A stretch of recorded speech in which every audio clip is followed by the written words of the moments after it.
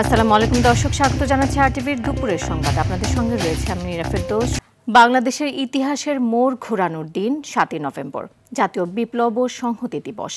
১৯৭৫ সালের এই দিনে জিয়াউর রহমান মুক্তির মশাল হয়ে জ্বলে উঠেছিলেন ব্যারাক থেকে সাধারণের অন্তরে। মুজিব সরকারের অদূরদর্শিতা আর অব্যবস্থাপনার অন্ধকারে আশার আলো দেখান জিয়াউর রহমান, যদিও পরবর্তীতে তার স্মৃতি মুছে ফেলতে হয়েছে নানা ষড়যন্ত্র। তবে সে জাল ছিঁড়ে জিয়াউর রহমান জায়গা করে নিয়েছিলেন মানুষের মনে। ঐতিহাসিক দিবস নিয়ে মাইদুর রহমান রুবেলের প্রতিবেদন।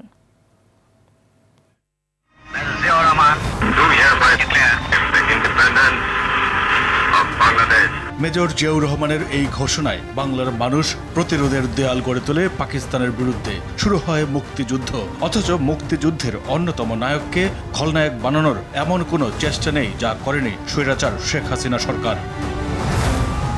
১৯৭৫ নভেম্বরের শুরুতে যে অনিশ্চয়তা, শঙ্কা ঘিরে ধরেছিল দেশকে, তার অবসান ঘটে ৭ই নভেম্বর।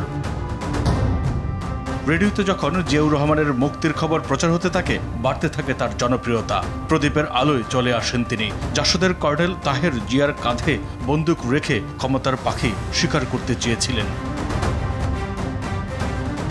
ঘটনা প্রবাহের শেষ অঙ্কে জেনারেল জিয়া নেতার ভূমিকায় অবতীর্ণ হন। সবকিছু চলে আসে তার নিয়ন্ত্রণে। সেনাবাহিনী ও জনসাধারণের মধ্যে জনপ্রিয় ছিলেন জিয়া, যে কারণে শেষ পর্যন্ত কর্নেল তাহের টিকতে পারেননি।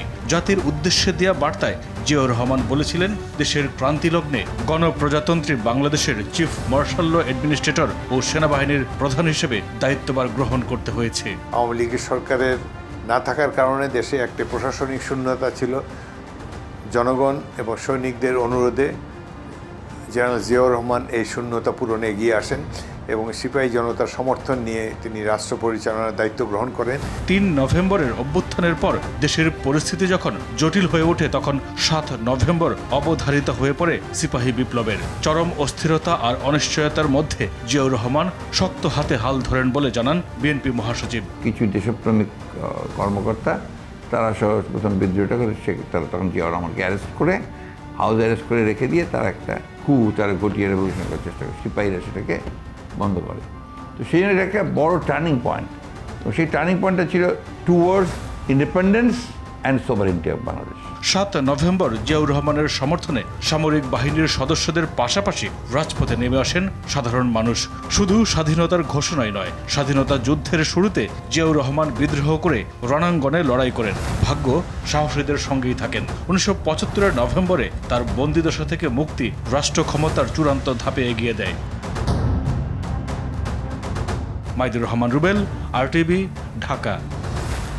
গণ অভ্যুত্থানের পর গণতন্ত্রকে ধ্বংসের চক্রান্ত চলছে বলে মন্তব্য করেছেন বিএনপি মহাসচিব মির্জা ফখরুল ইসলাম আলমগীর। বলেন, যত ষড়যন্ত্র চলুক, ৭ নভেম্বরের মতো ঐক্যবদ্ধ থেকে সামনের দিকে এগিয়ে যাবে বিএনপি। দলের প্রতিষ্ঠাতা জিয়াউর রহমানের সমাধিতে শ্রদ্ধা নিবেদন শেষে এ মন্তব্য করেন মির্জা ফখরুল। বলেন, আধুনিক বাংলাদেশের ভিত রচনা করেছিলেন বলেই দেশের মানুষের কাছে এত জনপ্রিয় শহীদ রাষ্ট্রপতি জিয়াউর রহমান। আরও জানাচ্ছেন শামীম চৌধুরী। আধিপত্যবাদের ষড়যন্ত্রকে বানচাল করার দিন ৭ নভেম্বর। ৭৫-এর এই দিনটিতে সিপাহী জনতার বিপ্লব গৃহবন্দী থেকে মুক্ত করেছিল আধুনিক বাংলাদেশের রূপকার শহীদ রাষ্ট্রপতি জিয়াউর রহমানকে। বিপ্লব ও সংহতি দিবস উপলক্ষে বাংলার রাখাল রাজা জিয়াউর রহমানের সমাধিতে শ্রদ্ধা জানাতে ঢল নামে বিএনপি নেতাকর্মীদের। অংশ নেন দলটির জাতীয় নেতৃবৃন্দ। পরে গণমাধ্যমে শহীদ রাষ্ট্রপতি জিয়াউর রহমানের রাষ্ট্র পরিচালনার সফলতা তুলে ধরেন বিএনপি মহাসচিব মির্জা ফখরুল ইসলাম আলমগীর। ১৯৬২ সাল থেকে তিনি বহুদলীয় গণতন্ত্র নিয়ে আসেন এবং সংবাদপত্রের স্বাধীনতাকে তিনি নিশ্চিত করেন।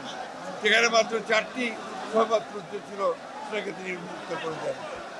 অন্যদিকে বিচার বিভাগের স্বাধীনতাকে নিশ্চিত করেন, জুডিশিয়াল কাউন্সিল গঠন করেন এবং একই সঙ্গে অর্থনীতিতে মুক্ত বাজার অর্থনীতি চালু করেন।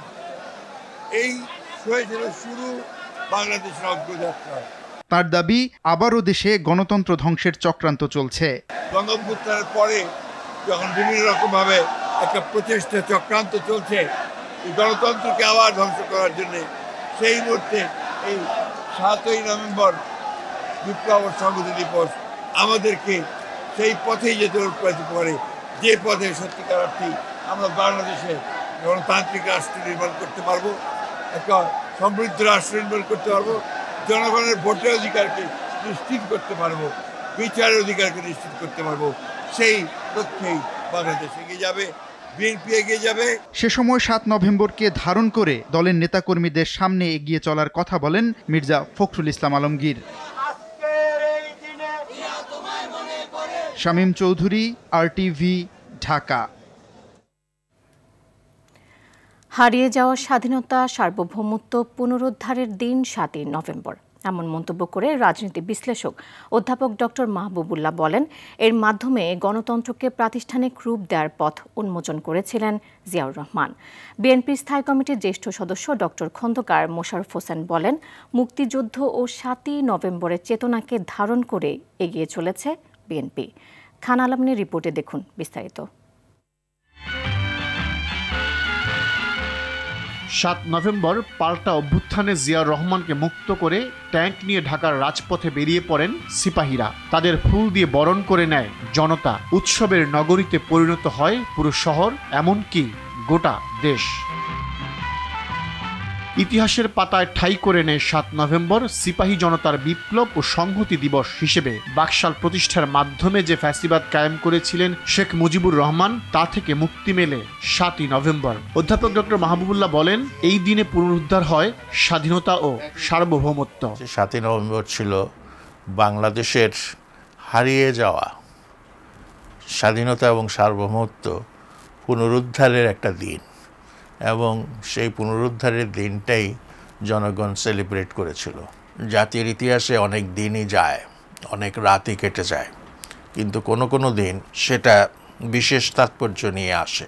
7 নভেম্বর সেই রকম তাৎপর্য নিয়ে এসেছিল। তিনি বলেন, জিয়াউর রহমান সেনাবাহিনীর প্রধান হয়েও উপলব্ধি করেছিলেন দেশের স্থিতিশীলতার জন্য সেনা শাসন নয়, প্রয়োজন গণতন্ত্র।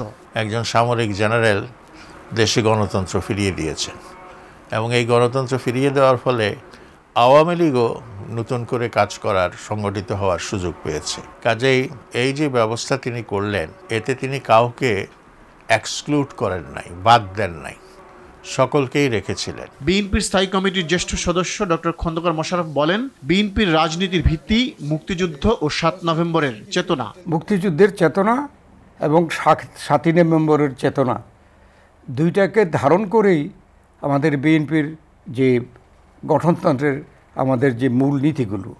অতএব এটা এখনও আমরা যে রাজনৈতিক দল হিসাবে সবচেয়ে জনপ্রিয় দল, জনগণ যে আমাদেরকে ভালোবাসে, ওই বিএনপির আদর্শের উপরেই ভালোবাসে। জিয়াউর রহমানের দেখানো পথ অনুসরণ না করায় দেশ বেশি দূর এগোয়নি মন্তব্য করে তারা বলেন, এর ফলে এখনও নানা সমস্যায় ভুগছে দেশ। খান আলামিন, RTV, ঢাকা। বাংলাদেশের মানুষ পরিবর্তনের জন্য মুখিয়ে আছে। পরিবর্তন ছাড়া অভ্যুত্থান, নির্বাচন, ঐকমত্য কমিশন সবকিছুই ব্যর্থ বলে মন্তব্য করেছেন জাতীয় নাগরিক পার্টির আহ্বায়ক নাহিদ ইসলাম। দুপুরে রাজধানীর বাংলা একাডেমিতে ইউনিভার্সিটি টিচার্স ফোরামের আত্মপ্রকাশ অনুষ্ঠানে একথা বলেন তিনি। পরিবর্তন না হলে তরুণরা প্রয়োজনে আবারও রাস্তায় নামবে বলে হুঁশিয়ারি দেন এনসিপির এই নেতা। ফ্যাসিবাদী কাঠামো রয়ে গেছে বলেই ঐকমত্য প্রক্রিয়া শেষ হওয়ার পরও একমত হওয়া যাচ্ছে না বলে অভিযোগ করেন তিনি। আমরা যে জুলাই সনদের পথে রয়েছি সেটা বাস্তবায়িত হবে, এবং তার আগে অবশ্যই আমাদের এখনকার যে দাবি দেওয়া গণভোট, এবং আমরা বলেছি যে জুলাই সনদের এই অর্ডারটা ডক্টর মোহাম্মদ ইউনূসকে দিতে হবেন গণ অভ্যুত্থানের জায়গা থেকে, এবং জুলাই সনদের নোট অফ ডিসেন্ট বলে কিছু থাকবে না। আমরা যা ঐক্যমত হয়েছে সেটা জনগণ বাকিটা ঠিক করবে। আশা করি খুব দ্রুত সময়ের মধ্যে জুলাই সনদের আইনি ভিত্তির মাধ্যমে আমরা নির্বাচনের দিকে যাব। গণভোটের বিষয়ে রাজনৈতিক দলগুলো সিদ্ধান্ত নেবে বলে জানিয়েছেন প্রধান উপদেষ্টা প্রেস সচিব মোহাম্মদ শফিকুল আলম। সকালে নেত্রকোনা সার্কিট হাউস প্রাঙ্গণে স্থানীয় সাংবাদিকদের সঙ্গে মতবিনিময়কালে তিনি এসব কথা বলেন। এ সময় প্রেস সচিব বলেন, সংসদ নির্বাচনের আগে গণভোট অথবা সংসদ নির্বাচন ও গণভোট একসঙ্গে হবে কিনা এই বিষয়ে রাজনৈতিক দলগুলো ঐকমত্যের ভিত্তিতে সিদ্ধান্ত নেবে। আসন্ন জাতীয় সংসদ নির্বাচন ঠেকানোর শক্তি কারো নেই। এই নির্বাচন বাংলাদেশের ইতিহাসের সর্বোচ্চ সর্বশ্রেষ্ঠ নির্বাচন হবে বলেও আশা প্রকাশ করেন তিনি। জেলা প্রশাসক, পুলিশ সুপার সহ অন্যান্যরা এই সময় উপস্থিত ছিলেন। বাংলাদেশে যে আগে একটা পলিটিক্যাল সমস্যা হয়েছিল, যেটা কেয়ারটেকার গভর্নমেন্টের, সেটা থেকে উত্তরণ হয়ে বাংলাদেশের ডেমোক্রেসি একটা সলিড ফাউন্ডেশন পাবে। ইন্টারিম গভর্নমেন্টই থাকবে, ইন্টারিম গভর্নমেন্টের আন্ডারেই এই ইলেকশনটা হবে, এটা খুবই ক্লিয়ার। এই ইলেকশনের বাংলাদেশের ইতিহাসে one of the best election হবে। চট্টগ্রামের বায়েজিদুর রাউজানে গোলাগুলিতে হতাহতের ঘটনার মূল হোতা ইশতিয়াক চৌধুরী প্রকাশ অভিসহ 6 জনকে গ্রেফতার করেছে র্যাব 7। ঘটনার পর থেকে তারা পলাতক ছিলেন। র্যাব বিভিন্ন জায়গায় অভিযান চালিয়ে তাদেরকে গ্রেফতার করে। দুপুরে সংবাদ সম্মেলনে র্যাবের পক্ষ থেকে বিস্তারিত জানানোর কথা রয়েছে। এদিকে দুটি ঘটনায় এখনো পর্যন্ত কেউ মামলা করেনি। পুলিশ বলছে খুব দ্রুত সময়ের মধ্যে আসামিদের গ্রেফতার করা হবে। ইতিমধ্যে 6 জনকে গ্রেফতার করা হয়েছে। বাকি আসামিদেরকে খুব দ্রুত সময়ের মধ্যে গ্রেফতারের আশা আইনশৃঙ্খলা রক্ষাকারী বাহিনীর।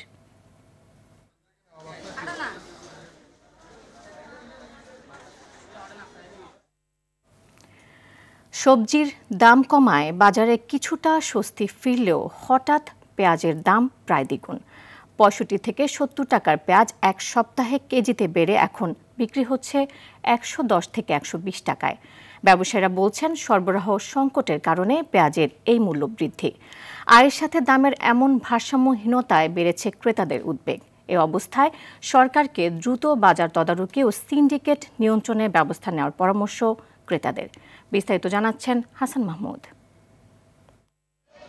সাপ্তাহিক ছুটির দিনে রাজধানীর কারওয়ান বাজারে ছিল ক্রেতাদের উপচে পড়া ভিড়, কিন্তু খুচরা বাজারে পেঁয়াজের বাড়তি দামে স্বস্তি নেই ভোক্তাদের। হাতের নাগালের মধ্যে থাকা পেঁয়াজ এখন প্রতি কেজি বিক্রি হচ্ছে 110 থেকে 120 টাকায়। এক সপ্তাহের ব্যবধানে বেড়েছে 30 থেকে 40 টাকা। 550 টাকা পাল্লা নিচ্ছি, তো 500, 480, 450 হইলে মোটামুটি স্থিতিশীল মনে হয়। হাটে আমদানি খুবই কম হয়েছে, কারণ ঢাকা তো আমদানি কম হলেই এই একটা 10 টাকা কেজি, আবার 15 টাকা হইতে দেরি হয় না।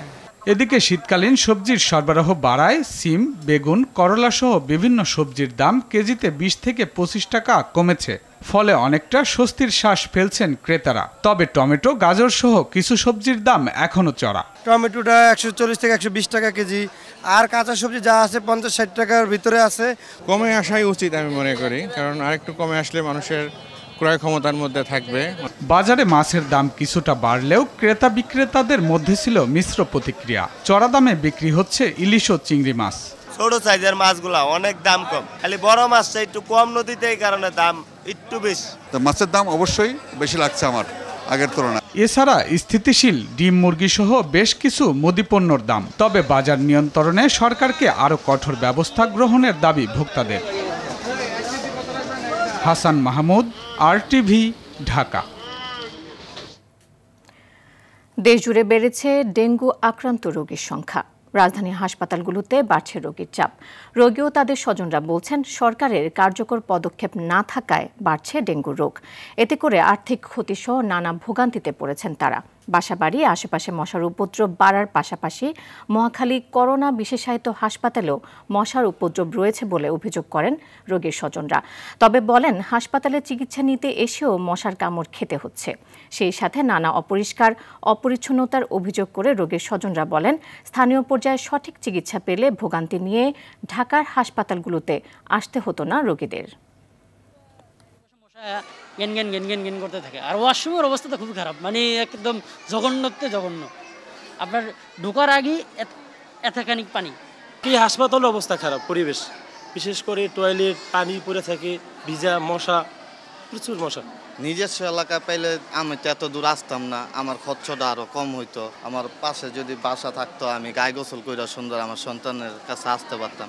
জ্বরটা কমে না, নিয়ন্ত্রণে আসে না। আপনার আমার বাচ্চারা নিয়ে তো আমরা পুরা অনেকটাই হতভম্ব হয়ে গেছে, কারণ ওর দেশের 2 জেলায় সড়ক দুর্ঘটনায় 2 জন নিহত, 2 জন আহত হয়েছেন। ব্রাহ্মণবাড়িয়া সরাইলে ট্রাক চাপায় অটোরিকশার 2 আরোহী নিহত হয়েছেন।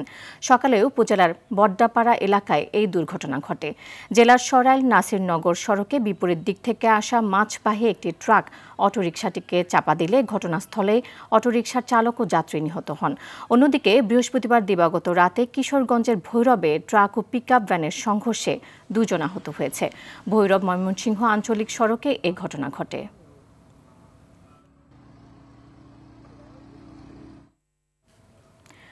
নারায়ণগঞ্জের সোনারগাঁও উপজেলার আশারিয়াচর গ্রামে আধিপত্য বিস্তারকে কেন্দ্র করে আপন 2 ভাইয়ের নেতৃত্বাধীন 2 গ্রুপের মধ্যে সংঘর্ষ, অগ্নিসংযোগ ও লুটপাটের ঘটনা ঘটেছে। বৃহস্পতিবার দিবাগত রাতে এই ঘটনায় অন্তত 12টি বাড়ি ভাঙচুর, 4টিতে অগ্নিসংযোগ ও লুটপাট করা হয়। এতে অন্তত 3 জন আহত হয়েছেন। আহতদের সোনারগাঁও উপজেলা স্বাস্থ্য কমপ্লেক্সে ভর্তি করা হয়েছে। সোনারগাঁ ফায়ার সার্ভিসের কর্মকর্তা জানান, খবর পেয়ে ঘটনাস্থলে পৌঁছে আগুন নিয়ন্ত্রণে আনার চেষ্টা করলে তাদের কাজে বাধা দেওয়া হয়। এই ঘটনায় এলাকায় এখনও উত্তেজনা বিরাজ করছে এবং অতিরিক্ত পুলিশ মোতায়েন রয়েছে।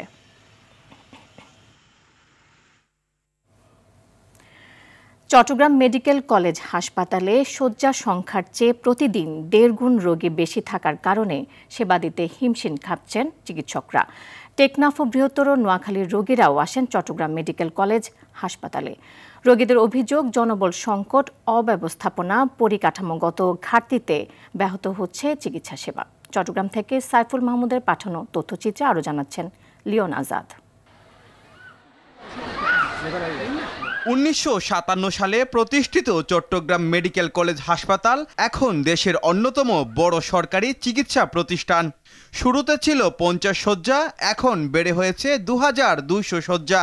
চট্টগ্রাম ও পার্বত্য অঞ্চলের মানুষের চিকিৎসার প্রধান ভরসা এই হাসপাতাল। এখানে গড়ে প্রতিদিন চিকিৎসা নেন প্রায় 5-6 হাজার রোগী। বিপুল সংখ্যক জনগোষ্ঠীর চিকিৎসা সেবার এই হাসপাতালে শয্যার সংখ্যার চেয়ে রোগীর সংখ্যা 1.5 গুণ বেশি হওয়ায় কাঙ্ক্ষিত সেবা পাচ্ছেন না সেবা প্রত্যাশীরা।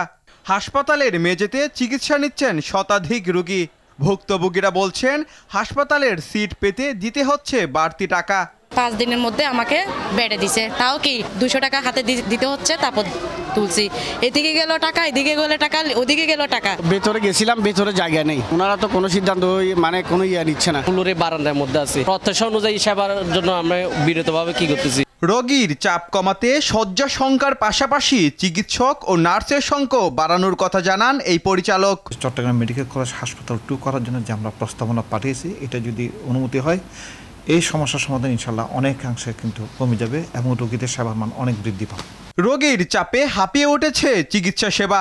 সমাধান আসবে কবে সেই প্রশ্ন সবার। Leon Azad, RTV। জীবনের কঠিনতম বাস্তবতা যখন শৈশবে আঘাত হানে, তখন অনেকের পথই হারিয়ে যায়। তেমনই এক তরুণ পাবনার ঈশ্বরদীর বুদ্ধি প্রতিবন্ধী সাগর, যিনি 1 যুগ আগে হারানো বাবা মায়ের জন্য আজও অঝরে কাঁদেন কবরের পাশে বসে। সেই কান্নার ভিডিও সামাজিক মাধ্যমে ছড়িয়ে পড়লে সমবেদনার ঢল নামে চারদিকে। তার পাশে থাকার কথা জানিয়েছে পাবনার ঈশ্বরদী উপজেলার প্রশাসন। সৈয়দা মুনিরা ইসলামের রিপোর্ট, সহায়তা করেছেন ঈশ্বরদী প্রতিনিধি বাইজিদ বুস্তামি। ডাউন সিনড্রোম বৈশিষ্ট্য সম্পন্ন যুবক সাগরের এমন বুকফাটা আর্তনাদ অশ্রু গড়াবে যে কারো চোখে। 1 যুগে হয়তো বাবা মার কবর শুকিয়ে গেছে, শুকোয়নি সাগরের চোখ। স্নেহের টানে আর মনের অভ্যক্ত যন্ত্রণা নিয়ে প্রায় তিনি ছুটে যান কবরস্থানে। তাকিয়ে থাকেন শূন্য দৃষ্টিতে, কখনো বা অঝরে করেন কান্না। 2013 সালে তার কিশোর বয়সেই মারা যান বাবা সুরজ ব্যাপারী। মাস পেরুতেই তার সঙ্গী হন মা ঝর্ণা খাতুনও। একদম অসহায় হয়ে পড়েন এই প্রতিবন্ধী কিশোর। আব্বা মা নাই। কখনো আত্মীয় স্বজনের দেয়া দুমুঠো ভাত, কখনো প্রতিবেশীর দেয়া কলা, বিস্কুট বা পাউরুটি খেয়ে কাটে সাগরের দিন। অনিয়মে শরীরে বাসা বেঁধেছে নানা রোগ। ঘুরে বেড়ান হাটবাজার, রাস্তা, পাড়া মহল্লায়। মুল্লুক চাঁদ নামে এক নিকট আত্মীয়ের দোকানেই কাটে তার বেশিরভাগ সময়। বছরখানে ভুগছিল, ভোগার পরে ওর আব্বা মারা গেছে। মারা যাওয়ার পরে 1 মাস পর ওর মা মারা গেছে। খিদে লেগেছে, যায় মৃত্যু মা বাবার কাছে ভাত চাচ্ছে। গোরস্থানে যায় একা একা সারা রাত সারাদিন ওখানে বসে বসে পাশে কান্দে। বলতে গেল একদম অসহায়। ওদের আত্মীয় স্বজন অনেকেই আছে, কেউই দেখে না, যেটুকুই দেখে এই যে চার দোকানদার মুল্লুক নিজেরাই 10-20 টাকা দিয়ে আবার হোটেলে লিজা খাওয়ায়, শীতের ভিতর দিকে অনেক কষ্ট করে। একবারে কাছে রেখে দিয়ে ওকে রাখে লালন পালন করা ততটুকু আমরা পারি না। সাগরের এমন করুণ পরিস্থিতিতে আশার আলো দেখিয়েছে উপজেলা প্রশাসন। তার জীবন জীবিকার নিরাপত্তা নিশ্চিতে প্রয়োজনীয় পৃষ্ঠপোষকতা ও সহযোগিতার আশ্বাস দিলেন উপজেলা নির্বাহী কর্মকর্তা। তাকে অলরেডি শুকনো খাবারের একটা ব্যবস্থা করেছি, তার সাথে আরো আমরা যোগাযোগ করব এবং তাকে পুনর্বাসনের জন্য বা তার যে অসুবিধাগুলো আছে আমরা কিভাবে আরো বেশি তার কমফোর্টেবল করা যায় এবং কি কি করা যায় তার জন্য আমরা আসলে সেগুলো করার চেষ্টা করব। প্রশাসনের এই আশ্বাস বাস্তবায়নের মধ্য দিয়ে দ্রুত স্বস্তি ও স্বনির্ভরতা ফিরবে 30 বছর বয়সী যুবক সাগরের জীবনে, এমনটাই চাওয়া সবার। সৈয়দা মুনিরা ইসলাম, RTV। দর্শক, দুপুরের সংবাদ এ পর্যন্তই। জেলার সংবাদ বিকেল 4:05টায় দেখার আমন্ত্রণ রইল। এতক্ষণ সাথে থাকার জন্য ধন্যবাদ সবাইকে।